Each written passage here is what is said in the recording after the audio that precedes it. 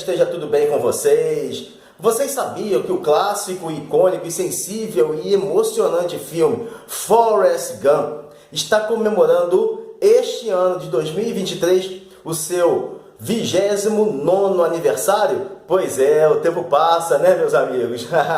Eu tenho certeza de que vocês já viram em algum momento este clássico filme sobre um rapaz contador de histórias, o Forrest Gump, que apesar do seu QI ser calculado entre 40 e 70, ele é cheio de sabedoria. Esse filme, meus amigos, foi um sucesso com Tom Hanks no papel de protagonista. E ele venceu vários prêmios, inclusive 6 estatuetas do Oscar. E é tido como um dos maiores filmes da história do cinema. Mas hoje nós vamos conversar sobre o livro que deu origem à película. Mas antes, vocês já sabem, vocês vão se inscrever no canal, curtir o trabalho da gente, comentar e compartilhar o vídeo com seus amigos, seus familiares e todo mundo que vocês conhecem. E agora, vocês também podem acessar os nossos conteúdos no Instagram, @sobrevivência em livros. Meus amigos, antes de começarmos o nosso bate-papo,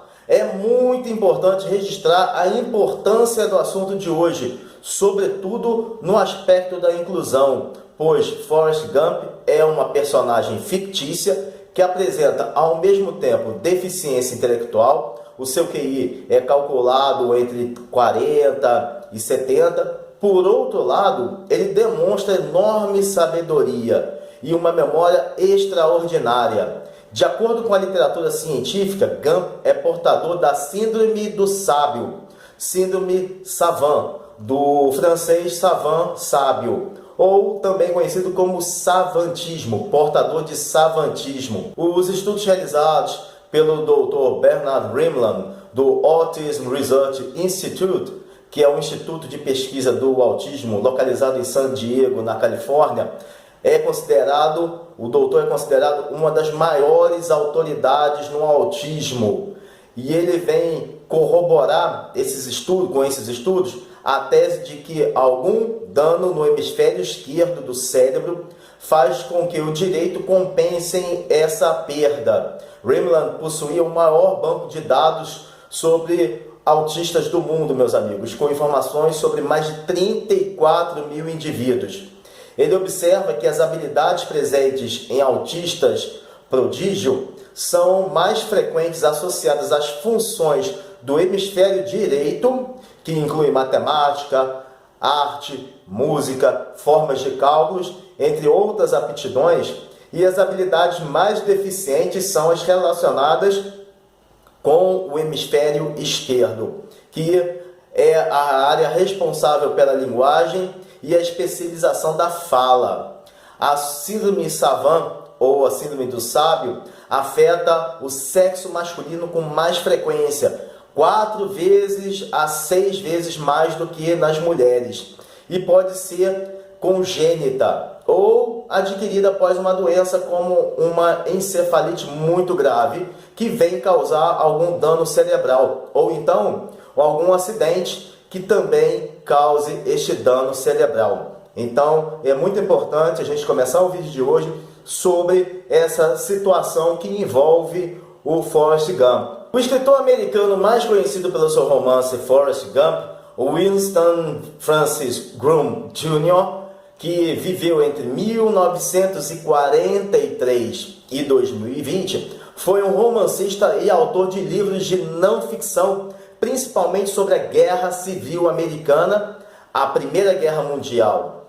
Considerado um fenômeno cultural após a sua adaptação em 1994 para o cinema, com o astro Tom Hanks no papel principal, o romance Forrest Gump, de Groom, vendeu mais de 1 milhão de cópias em todo o mundo, meus amigos. E ele ainda escreveu uma sequência chamada Gump and the Company, publicada em 1995. O nosso escritor Winston Groom Jr. era filho de Ruth, professora de inglês, e de Winston Francis Groom, que era um advogado do Pentágono. Apesar de ele ter nascido em Washington, D.C., Winston foi criado em Mobile County, no Alabama, e foi aluno da universidade daquele estado, da Universidade do Alabama. E o Winston era um excelente aluno, tanto que se formou com honras Omicron Delta Kappa em 1965.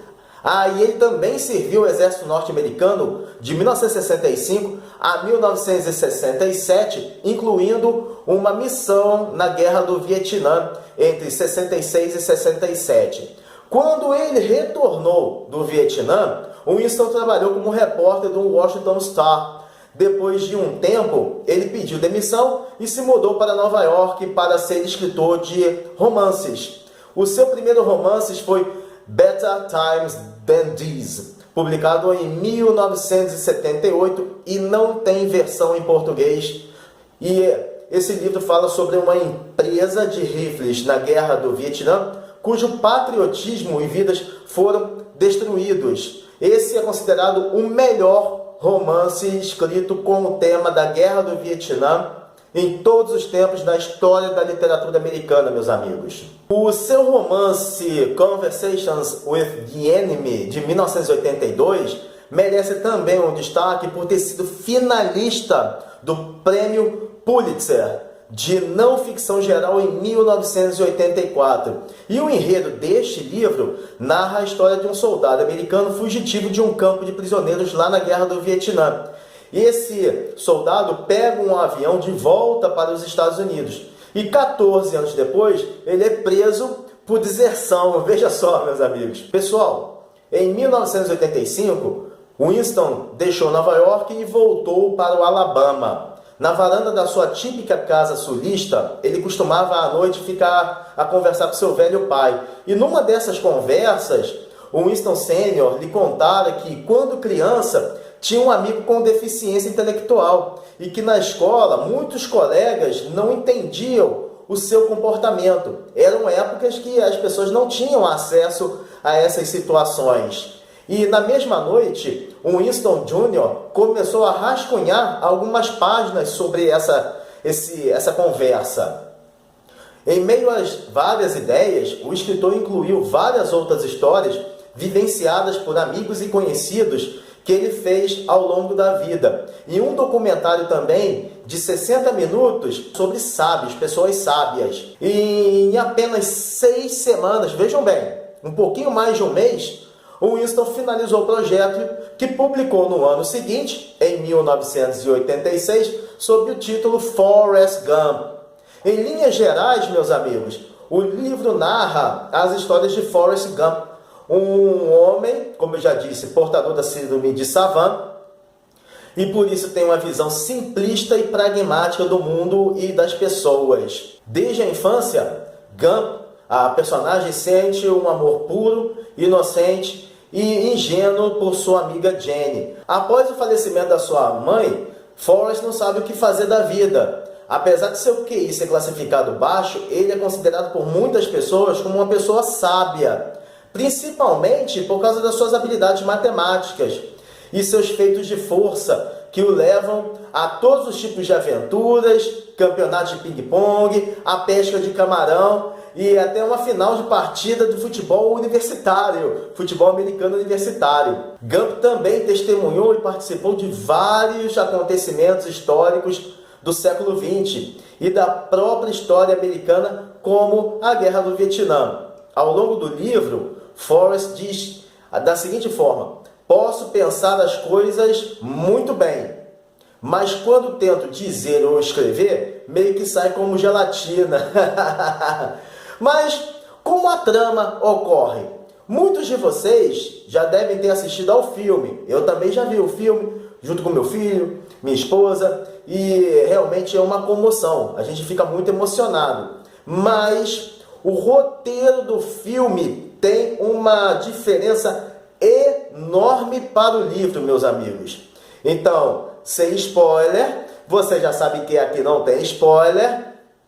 Logo nos primeiros capítulos, o autor nos informa que Forrest, cujo sobrenome foi retirado da loja Gump, teve seu nome inspirado no líder supremo da Ku Klux Klan, Nathan Bedford Forrest. Na realidade, meus amigos, isso foi uma crítica, pois como a personagem do livro tem dificuldades intelectuais e Nathan era líder de uma famosa organização racista e preconceituosa, que infelizmente ainda existe nos Estados Unidos, sobretudo no Sul, Groom quis deixar o recado de que pessoas racistas e preconceituosas são intelectualmente defasadas, segundo as suas próprias palavras, em várias entrevistas concedidas a respeito da autoria do seu livro. O autor emprega um estilo muito interessante, meus amigos.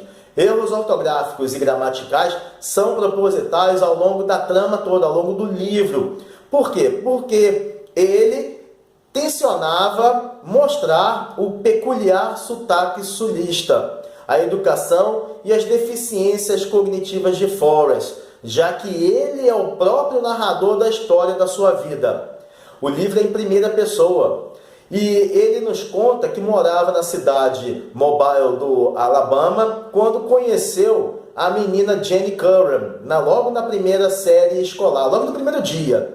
E naquele mesmo dia a acompanhou até a sua casa. Assim nasceu uma amizade entre ambos, que transformou-se em um amor platônico por parte do Forrest. A professora de literatura inglesa, a senhorita Henderson, foi outra paixão de Forrest. Para impressioná-la, ele se dedicou à leitura de um livro fantástico chamado As Aventuras de Tom Sawyer, de Mark Twain, que em breve teremos um vídeo aqui no canal sobre este livro maravilhoso, meus amigos. E, além desse As Aventuras de Tom Sawyer, ele leu ainda mais 2 livros. Mesmo gostando da leitura, da temática dos livros, Forrest não foi bem nos testes, porque ele não se lembrava do que ele havia lido.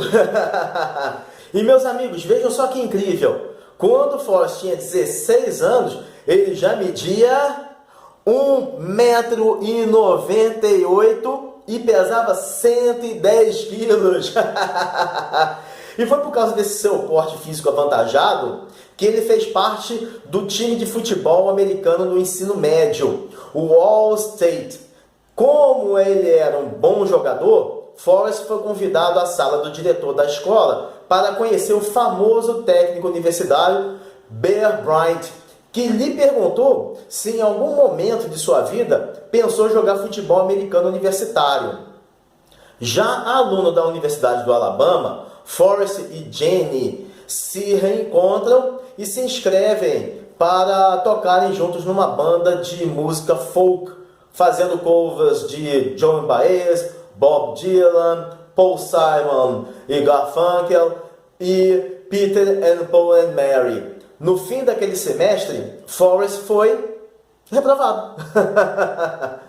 E durante a Guerra do Vietnã, ele e seu amigo Bubba foram convocados para o exército. Mas durante um bombardeio naquele país, lá na Ásia, Bubba veio infelizmente a morrer e Forrest ficou muito ferido. Quando Forrest acorda, ele se vê na enfermaria e encontra o tenente Dan, que havia perdido as pernas.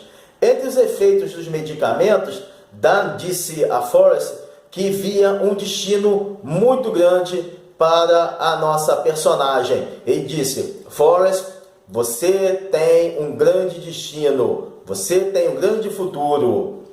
E durante o período de recuperação na enfermaria, Forrest começou a praticar tanto ping-pong que logo virou um craque, a ponto de representar, vejam bem, meus amigos, os Estados Unidos num torneio na China comunista em plena Guerra Fria.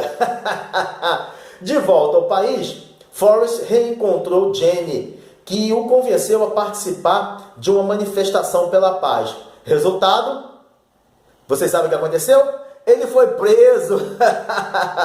Toda vez que tem a Jenny, tem confusão para o Forrest.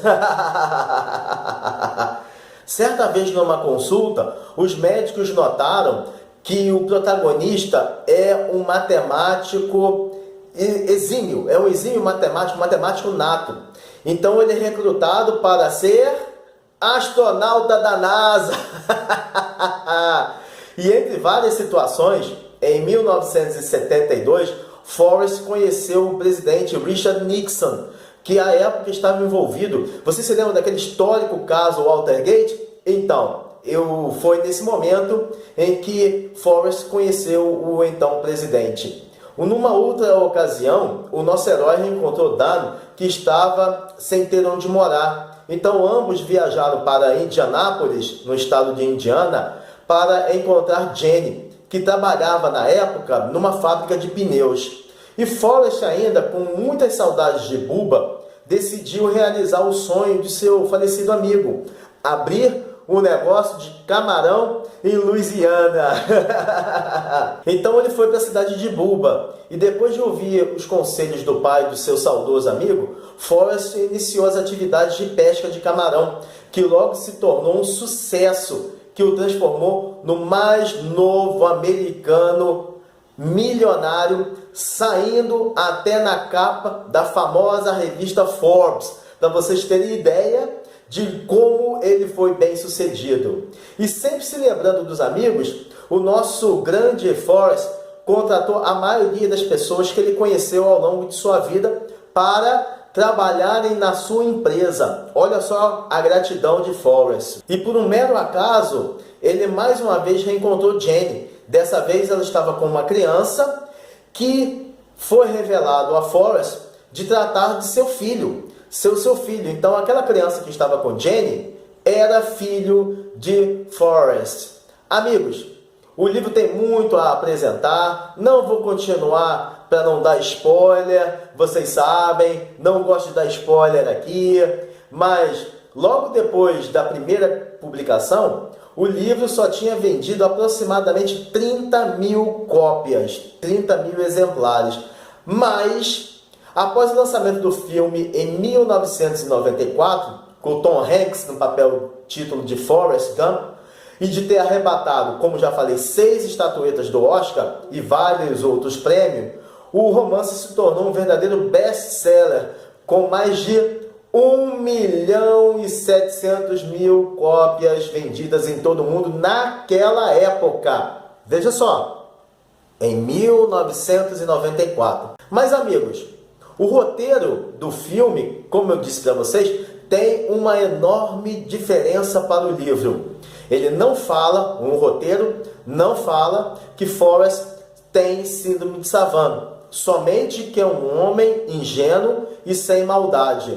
Assim, no filme não aparecem os palavrões que Forrest fala no livro. Também, talvez pela época da produção do filme, não aparecem descrições da vida sexual de Forrest. Apenas uma leve insinuação de uma noite entre ele e Jenny, na qual ela engravida. Lembra quando ele apresentou a criança para o Forrest?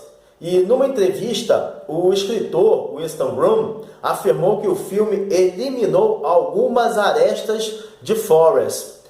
Outras cenas descritas no livro ou foram suprimidas ou foram reescritas. Por outro lado, meus amigos, o escritor achou muito interessante os efeitos especiais usados no filme para que as personagens pudessem interagir com as personalidades e as imagens históricas, que para essa finalidade na época não eram empregados até então. Então aquilo era uma verdadeira novidade, alta tecnologia em 1994. Seu último livro publicado em vida foi El Paso, de 2016. Ele esperava a publicação de um livro chamado The Patriots, que é uma biografia sobre os líderes americanos John Adams, Alexander Hamilton e Thomas Jefferson, quando ele faleceu de um ataque cardíaco em sua casa em 2020, aos 77 anos. Ele deixou uma filha e 3 enteados. Para finalizar, meus amigos, a única referência que eu vou fazer sobre a adaptação cinematográfica é a linda e emocionante Peninha. Você já deve se lembrar, já deve ter visto a Peninha que voa no início e no fim do filme. Para mim, ela pode simbolizar a leveza com a qual Forrest Gump vê a vida, a ingenuidade e a bondade de coração e alma que ele tem. O sensível bailar da pena pelo ar, que vai flutuando dessa forma, leva a nossa personagem e extensivamente nós, espectadores, pelo destino desconhecido da própria vida. E muitas vezes nós não temos o domínio absoluto das nossas vidas, né, meus amigos? Nós não sabemos onde a nossa pena irá pousar. Isso que a gente tem que pensar. A gente pode construir o nosso caminho, mas nós não temos total domínio sobre as nossas vidas. No fundo, a pena pode significar muitas coisas para muitas pessoas diferentes. Muitas interpretações cabem ali. Tudo depende da sensibilidade interpretativa de cada um. É simples. E vocês, meus amigos, já leram o livro? Já assistiram ao filme? Esse belíssimo filme? E como vocês veem a pena? Deixe aqui nos comentários as opiniões interpretativas de vocês. Mas é isso, meus amigos. Desejo a todos Shabbat Shalom Mevorach, um sábado abençoado de presença divina a todos. Um forte abraço e valeu!